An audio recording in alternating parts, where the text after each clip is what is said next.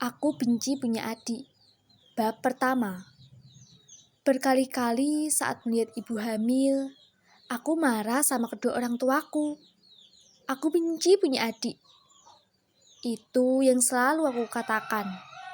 Bahkan hampir setiap hari aku berteriak seperti itu karena ibu seringkali hamil. Aku yang baru saja menginjak bangku kelas 2 SMA memiliki adik yang berjumlah 6 dengan jarak 2 hingga 3 tahun usia mereka. Sebagai anak tertua, aku lelah dan bosan. Aku bahkan tidak pernah tidur nyenyak, belajar dengan tenang, apalagi bermain. Seumur-umur, aku belum pernah merasakan yang namanya bermain dengan teman sebaya. Ketika pulang sekolah, aku harus menjaga adik-adikku. Dimulai ketika aku berusia 5 tahun hingga sekarang. Tidak ada canda dan tawa menghiasi hari-hariku selain rasa kesal dan marah ketika adik-adikku berulah. Ada saja tingkah laku mereka yang membuatku kesal. Selalu saja aku menanggung atas apa yang mereka lakukan. Aku benci adik-adikku, juga orang tuaku yang telah melahirkan mereka. Bapak dan ibu sama sekali tidak memikirkan perasaanku. Bagaimana tersiksanya merawat anak-anak mereka dari kecil. Meski begitu, aku tidak pernah bisa menolak ketika bapak dan ibu pergi berdagang dan memintaku untuk mengasuh ke-6 adikku seorang diri. Setiap pulang sekolah, rumah selalu ditinggal bapak dan ibu dalam keadaan kotor. Adik-adikku belum dimandikan, karena kata mereka masih siang. Pekerjaan rumah selalu menantiku dari aku berusia belia. Dari membersihkan rumah, memandikan, dan menyuapi mereka makan. Seakan akulah yang menjadi ibu dari adik-adikku. Terkadang aku mengutuk diriku sendiri. Kenapa aku terlahir dari orang tua yang suka banyak anak?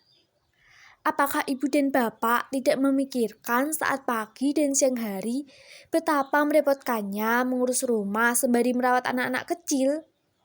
Kalau iya, kenapa mereka bisa menghukumku seperti ini? Tidak masalah jika harus membantu meringankan pekerjaan orang tua dengan mengurus rumah. Tapi mereka masih saja menitipkan beberapa bocil yang jumlahnya setengah lusin. Apa yang ada di pikiran kedua orang tuaku itu? Tidak adakah rasa kasihan kepadaku? Siapa lagi yang bapak mintai pertolongan untuk membantu bapak dan ibumu saat berdagang kalau bukan kamu? Kamu anak sulung.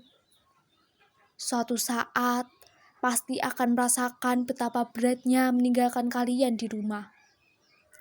Semua mesti bapak dan ibu lakukan agar kita bisa makan dan kamu bisa bersekolah. Ucap bapak suatu hari. Aku yang seringkali mendengar ucapan itu selalu saja meneteskan air mata. Rasanya seperti dipaksa untuk menelan pil pahit kehidupan. Tidak ada pilihan selain mengatakan iya. Dengan alasan itu pula, aku tidak pernah mengikuti kegiatan ekstrakurikuler sejak SMP hingga SMA. Mengurus adik dan membantu orang tua menjadi alasan utama. Beruntung, wali kelasku bisa memakluminya. Hari ini, aku bersekolah sebagaimana biasanya dan mengikuti pelajaran dari pagi sampai selesai. Namun, ada sesuatu yang mengganjal di hati. Soal tugas sekolah yang hendak dikumpulkan minggu depan. Hari ini ada proyek yang harus kita kerjakan. Semuanya wajib datang ke rumahku. Jika tidak datang, namanya akan dicoret dari kelompok. Ucap Helma. Dia melirik ke arahku yang memang selalu tidak pernah datang jika ada kegiatan di luar pembelajaran. Maaf Hel, aku tidak bisa. Kamu tahu sendiri kan, jika pulang sekolah aku harus menjaga adik-adikku di rumah. Ucapku. Halah, adik-adik melulu buat alasan. Masa kita yang selalu mengerjakan tugas kelompok terus? Kamu enak dapat nilai. Kita capek mikir dan mengerjakan laporan. Hardi Helma. Aku menatap dua temanku yang lain. Mereka diam saja. Mungkin mereka sudah mulai bosan karena sering membelaku. Jadi mereka merasa lelah. Sejak pertama kerja kelompok, Helma selalu protes ketika aku tidak ikut serta. Aku merasa bersalah, meskipun tidak sepenuhnya salah. Merawat adik-adik adalah tugas utamaku agar aku bisa sekolah dan kita semua bisa makan seperti yang dikatakan oleh ayah. Semua orang diam saja. Tidak ada yang punya solusi jika berkenaan dengan masalahku. Pernah suatu ketika kami memutuskan untuk belajar kelompok di rumahku saja. Alih-alih mengerjakan pekerjaan kelompok, mereka justru diganggu oleh adik-adikku. Aku pulang tanpa memberikan solusi yang memuaskan buat teman-teman. Helma pernah mengatakan hal yang sama seperti tadi, yaitu akan mencoret namaku dari kelompok. Tetapi Susi dan Ani membelaku. Mereka melarang Helma untuk melakukannya. Ya, sama ini aku selalu beruntung. Tapi entah untuk kali ini. Aku pulang dalam keadaan sedih dan marah. Kukayu sepedaku dengan kecepatan maksimal sembari menangis di sepanjang jalan. Semua ini terasa kejam bagiku. Semua karena adik-adik yang seharusnya menjadi tanggung jawab orang tuanya.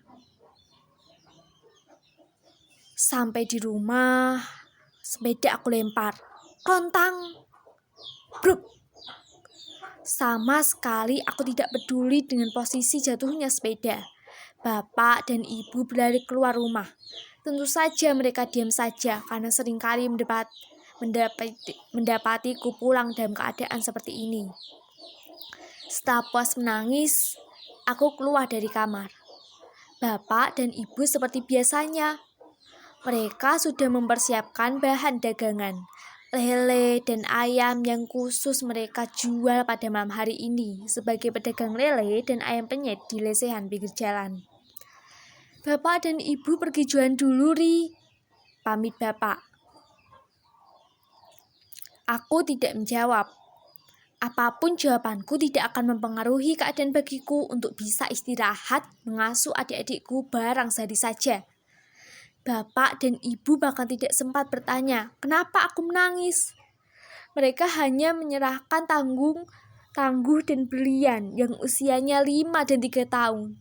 Sedangkan keempat adikku yang lain berada di depan televisi. Tangguh dan berlian aku ajak ke dapur untuk menemaniku mencuci piring. Mereka aku beri mainan agar diam di tempatnya. Apapun yang aku kerjakan di rumah, kedua adikku tersebut tidak luput dari perhatianku. Aku tidak membiarkan mereka bermain dengan anak-anak seusianya karena akan berjuang menangis akibat merebut mainan temannya. Bapak kembali pulang. Aku dengar beliau menanyakan keberadaanku kepada Suci. Mbak Lestari di mana, Ci? Tanya bapak dari kejauhan. Di dapur, Pak, jawab Suci singkat. Aku menghentikan aktivitas mencuci piringku karena dicari oleh bapak. Kemudian keluar dapur. Ada apa, Pak? Tanyaku penasaran. Apa ada yang ketinggalan? Tidak ada apa-apa, saut bapak. Tidak seperti biasanya, kenapa bapak balik pulang ke rumah? Ucapku. Bapak disuruh ibumu sebentar untuk memastikan jika kalian baik-baik saja, ucap bapak. Aku makin bingung dengan apa yang dikatakan oleh bapak. Kita semua baik-baik saja, Pak. Tangguh dan berlian juga tidak rewel, jawabku. Ya, syukurlah, saut bapak. Bapak tampak seperti orang bingung. Kemudian dia balik keluar rumah. Tidak seperti biasanya pula, aku mengikuti kepergian bapak dari belakang. Bapak, seruku. Bapak berpaling. Wajahnya tidak tampak seperti biasanya. Tatapannya juga tidak fokus ke suatu tempat. Aku menjadi khawatir. Iya, jawab bapak. Bapak hati-hati ya, pesanku. Bapak mengganggu.